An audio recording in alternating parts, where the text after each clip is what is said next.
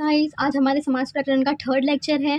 First lecture में हमने समाज के जनरल इंट्रोडक्शन एंड अव्ययी भाव समास को किया था और सेकंड लेक्चर में हमने तत्पुरुष समास के दो भेद थे, उसमें से एक भेद को डिस्कस किया था जो कि व्याधिकरण तत्पुरुष था। व्याधिकरण तत्पुरुष हमने सेकंड लेक्चर में डिस्कस किया। आज तत्पुरुष समास का ही हम जो दूसरा भेद है समानाधिकरण तत्पुरुष, जिसमें हमारा निज समास, कर्मधारय, द्विगु और उपपद तत्पुरुष समास जो है वो आते हैं। तो आज हम ये पढ़ेंगे, उसके बाद में हम बहुब्रीहि समास देखेंगे और द्वंद्व समास देखेंगे। ठीक है, तो आइए हम तत्पुरुष समास का सेकंड भेद पढ़ते हैं समानाधिकरण तत्पुरुष में। तो सबसे पहला हमारे पास में कर्मधारय समास। तो कर्मधारय समास का सूत्र और जितने भी मैंने अपनी नोट्स में सूत्र लिखे हैं, चाहे वो पहले लेक्चर में हो, दूसरे लेक्चर में हो और ये तीसरे लेक्चर में हो, तो इन सारे सूत्रों को आपको याद करना है, क्योंकि सूत्र की वजह से ही आप पहचान पाओगे कि वो हमने कहाँ पढ़ा था और वो किसके अंतर्गत आता है, क्योंकि लगभग सारे एग्जाम्पल सेम है तो आप शायद समझ ना पाए। तो सूत्र अगर आपको याद है कि कर्मधारय का सूत्र है विशेषणम विशेष्य बहुलम, तो इसमें कर्मधारय समास होता है। ठीक है, तो इसका सूत्र पढ़ लिया। अब इस सूत्र के ही चार मतलब है। तो पहला है विशेषण उपपूर्वक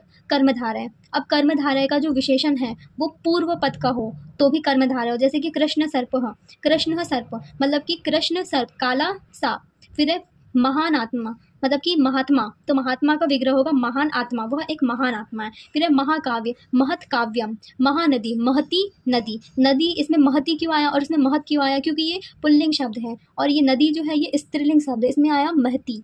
ठीक है, तो ये है विशेषण पूर्वपद कर्मधारय है। फिर इसी का दूसरा है उपमान पूर्वपद कर्मधारय। तो अब उपमान पूर्वपद क्या होता है कि इसमें उपमान होगा पूर्वपद में, इसमें इव लगेगा, क्योंकि उपमान है तो हम उसको इव से संबोधित करेंगे, जैसे कि घन श्याम, तो घन एवं श्याम।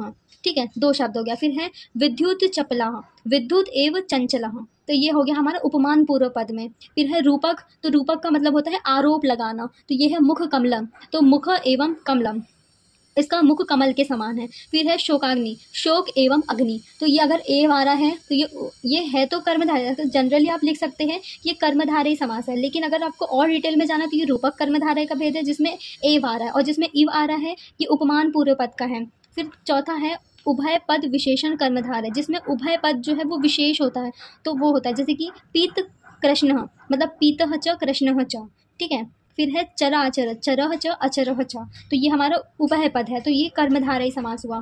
फिर है द्विगु समास। तो द्विगु समास क्या है, द्विगु रेख वचनम नपुंसकः च, मतलब कि सारे एक्सेप्शन है यहाँ पे। शताब्दी, शतानाम, अष्टानाम, समारोह, तो शतानाम शताब्दी का अर्थ है, इसका विग्रह ऐसा ही होगा। और ये जो विग्रह है ये द्विगु समास का है, और ऐसा ही विग्रह अब द्विगु समास का है तो इसमें संख्यावाची शब्द होंगे। और मैंने संख्यावाची शब्द भी बताया था कि जो अगर नदी रिलेटेड है, जैसे कि पंच नदम, तो उसमें पंचानाम, नदानाम, समारोह, तो जो नदी वाले जो होते हैं वो अव्ययी भाव समास में आते हैं। और जो द्विगु समास है इसमें संख्यापूर्वक होते हैं, जैसे कि पंचवटी, पंचानाम वटानाम समारोह, त्रिभुवनम, त्रयशानाम भुवनानाम समारोह, तो ये हमारे द्विगु समास में आता है। ठीक है, फिर है निज समास।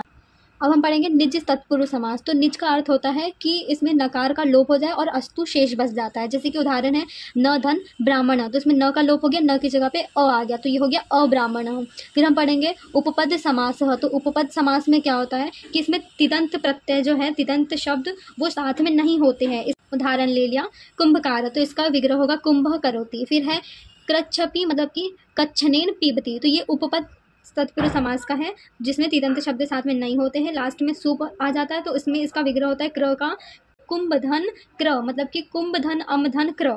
ठीक है, तो इसमें रिकार आ जाता है, रिकार मतलब कि इसमें गुण संधि लग जाती है, आर आ जाता है। ठीक है, तो ये होता है उपपद समास। तो ये हमारा तत्पुरुष समास कंप्लीट हो गया। अब हम पढ़ेंगे द्वंद्व समास। तो द्वंद्व समास क्या होता है, द्वंद्व समास इसका सूत्र देखेंगे प्राणियोभ्य पदार्थ प्रधानो द्वंद्व। ठीक है, तो इसका सूत्र है चार थे द्वंद्व। तो चारथे का अर्थ होता है कि ये च के अर्थ में प्रयोग होता है, जैसे कि उदाहरण में राम लक्ष्मण, रामः च लक्ष्मणः च। फिर है शिव केशव, शिवच्छ केशवच्छ। फिर है पाणिपादम, पानी च पादौ च।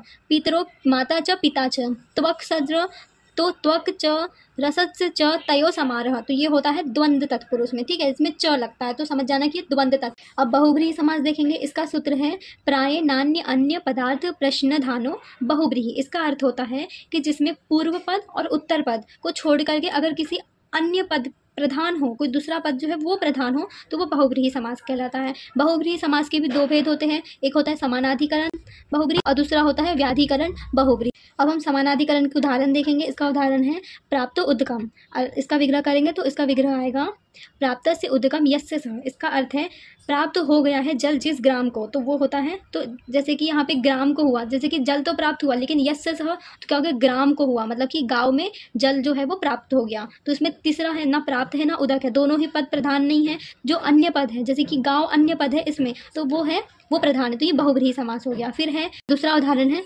लंब कर्ण, लंबा कर्ण यस्य सह, जिसके लंबे कान हैं अर्थात श्री गणेश, तो इनके लंबे कान हैं, तो इसमें तीसरा अर्थ प्रधान हो। फिर तीसरा उदाहरण है महा यशाह, महत यशः यस्य सह।